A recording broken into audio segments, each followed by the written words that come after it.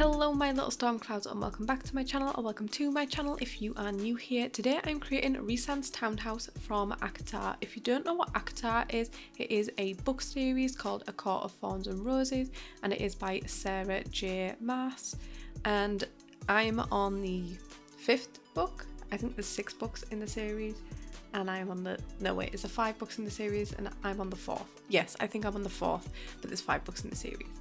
So I will be referring to this as Rhysand's Townhouse, even though in my head it is definitely Rhysand, but the pronunciations online do say Rhysand. But I feel like Rhys is too much of a boring name for all of the other characters' names, so I call him Rhys and Rhysand. So I hope you don't mind, I am going to pronounce it the correct way, but I know a lot of people pronounce it the same way that I do. Also, I'm going to give a spoiler alert here. If you don't want to hear any spoilers, then click away now or mute me and go ahead and put music on or something like that, because I am going to be going over the reasons I have done certain things to this house, which is stuff that is wrote in the book. So first of all, here we have a green roof. The reason I have done a green roof is because I'm pretty sure it mentions that in Valaris all of the roofs are copper green, so I just thought like Statue of Liberty, who is that copper green colour. I also imagined the townhouse to be 3 stories. I'm pretty sure Feyre mentions she goes up 3 stories to see Rhysand on the rooftop, so I'm pretty sure it's 3 stories. I'm saying it's 3 stories because I had to be able to fit everybody's rooms in. It was also mentioned that a lot of the buildings are made of marble, or I think it was sandstone. I ended up going with like a light sandstone-y marble sort of combination colour, and it took me ages to get this because I was like, I really did want to do more of a marble colour, but there was no swatches that really worked, so I ended up going with this sandy brownstone sort of thing, but slightly lighter. And then it also mentions about a wooden ornate carved front door. So because we've got the wooden ornate carved front door, I wanted to make sure the windows match, so that's why I went with the dark woods all over with the windows, and it didn't work with the white marble look, so that's why I ended up going for more of that sandy stone look. It also mentions a small front garden area with like iron fences, so that's why I've got the iron fences. This layout does change slightly. I don't exactly have it like this in the end, but you will see what I do with it soon. Also, I didn't know whether this was going to be a flat front or not. I ended up doing a bay on both sides, one that was squared off, and on the other I did more of the traditional shape of bay window, which I'm really glad I ended up doing this, because when I got to A Court of Mist and Fury, I'm pretty sure nearer the end, I can't remember exactly when it was, it mentioned about Feyre and, is it Amren or was it Mor? I can't remember. There is sat in the bay window, so I'm glad I ended up doing the bay window. Somehow I just magically got that right because I hadn't got to that part in the book. So for the inside there is an antechamber. I did have to Google what an antechamber was. An antechamber just is a small room, sort of like a foyer, but the foyer part is the bit with the stairs, whereas the antechamber is a smaller room in front of it. And she mentions that it is wooden and marble, so I made that area wooden and marble, and it says there is a wide mahogany stairway, so that's why I've done it here. I was going to do it central but decided against that because I didn't like the little single walkway either side. And then later on in A Court of Mist and Fury, it also mentions Nesta runs under the stairs where there is a toilet to throw up, so I ended up putting a toilet under there as well, so it made sense it being towards the side. I also didn't do doors to the 2 side rooms. The reason for this is because it is mentioned that the characters lean up against the threshold. Never says anything about opening the door, so I didn't end up doing doors, and archways just made sense. The only thing I don't think I got exactly correct is the living room on the left hand side here and the dining room I put on the right hand side. When Feyre is describing this, she does say left is the living room, but I think she might have been facing into the townhouse now looking back, but it's not that much of an issue. I'm leaving it the way it is. She also mentions multiple other doors down the hallway and one door at the end leading to what she thinks is a kitchen, and it is a kitchen because that is mentioned a little bit later on. I think it's mentioned in A Court of Wings and Ruin. There's not a description of the kitchen, so I end up just doing something off the top of my head, so unless there is anything in the final 2 books, because I haven't completed reading those yet, I've just done it however I think it is done. and I ended up having a empty room down at the bottom. It's a really large room. I don't know what to do with it. I was like, do I just make it an art room for Feyre? But I sort of know what happens later in the books. Spoiler alert, they don't end up living there, so I don't know what to do with it. I might make it an art room, I'm not sure. So I ended up doing Feyre's room in the bay window that is towards the back, because it is mentioned that she looks over to the back garden or the courtyard and she can see the fountain there.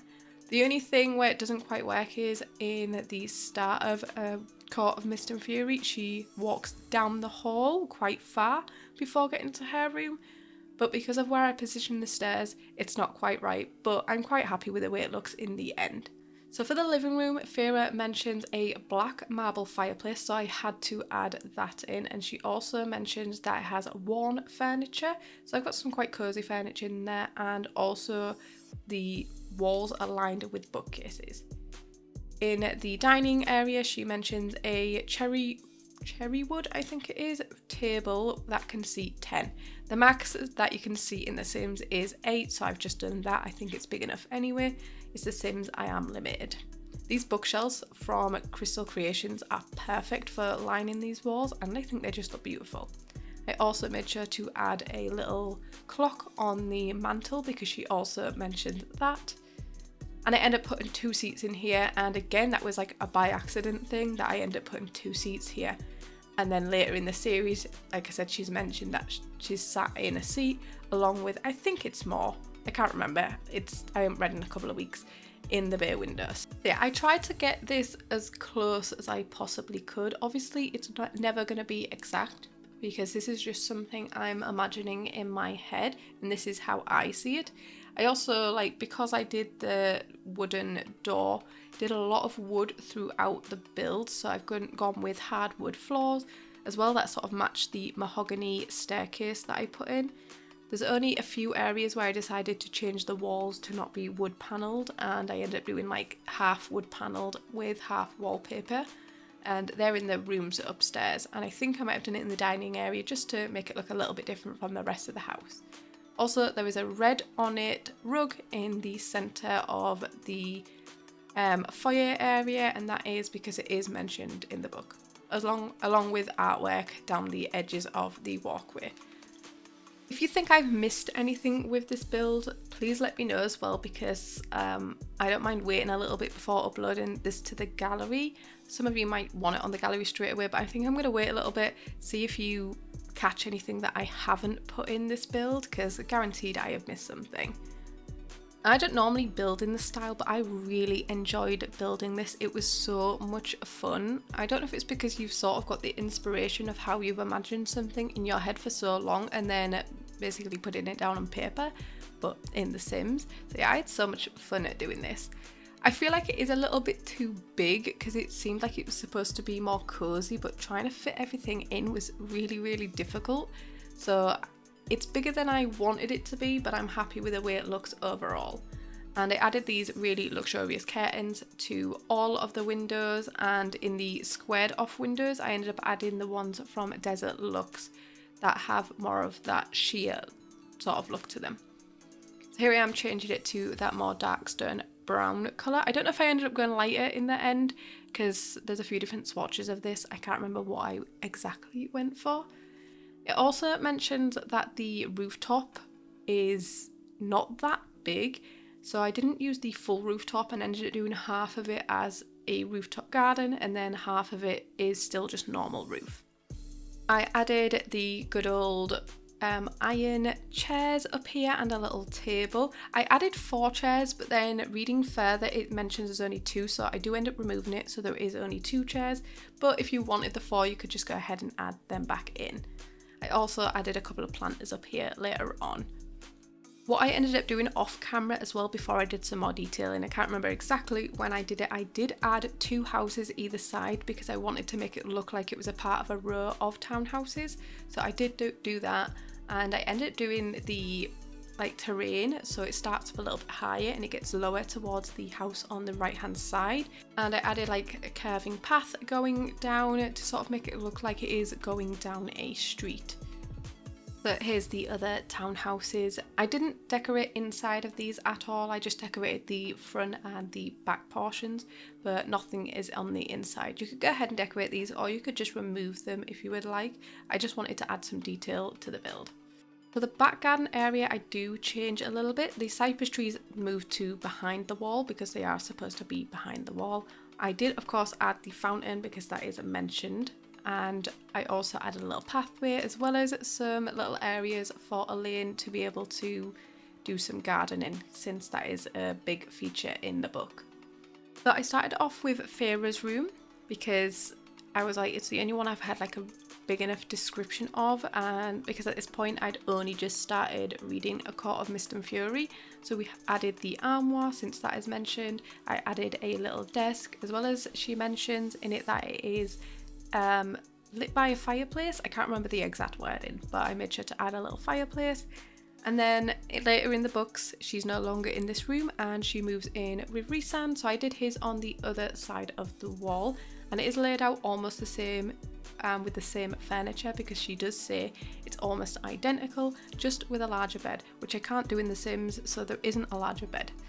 And I did all of the bathrooms fully marble with all of the same stuff in, so that's including the rooms for Moore and Asriel and Cassian as well.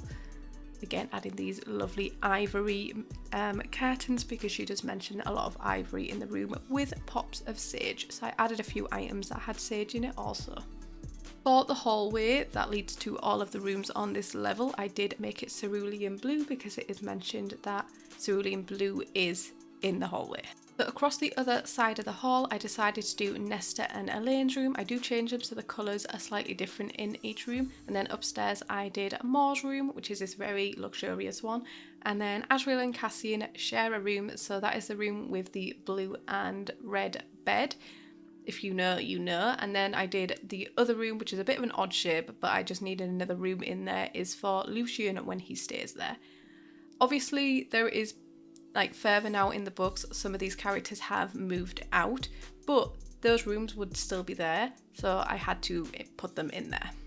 Every single room has an ensuite, and I did the little bathroom area underneath the stairs, but it's just a toilet, but across from the toilet there is a full bathroom as well on the first floor, so there is bathrooms on every single floor, so your sim can get to them easily. I'm just going through and adding my final details, so I'm making sure everybody has a desk and an armoire, which I did not know what an armoire was. An armoire is just a wardrobe, so I did that to all of the builds.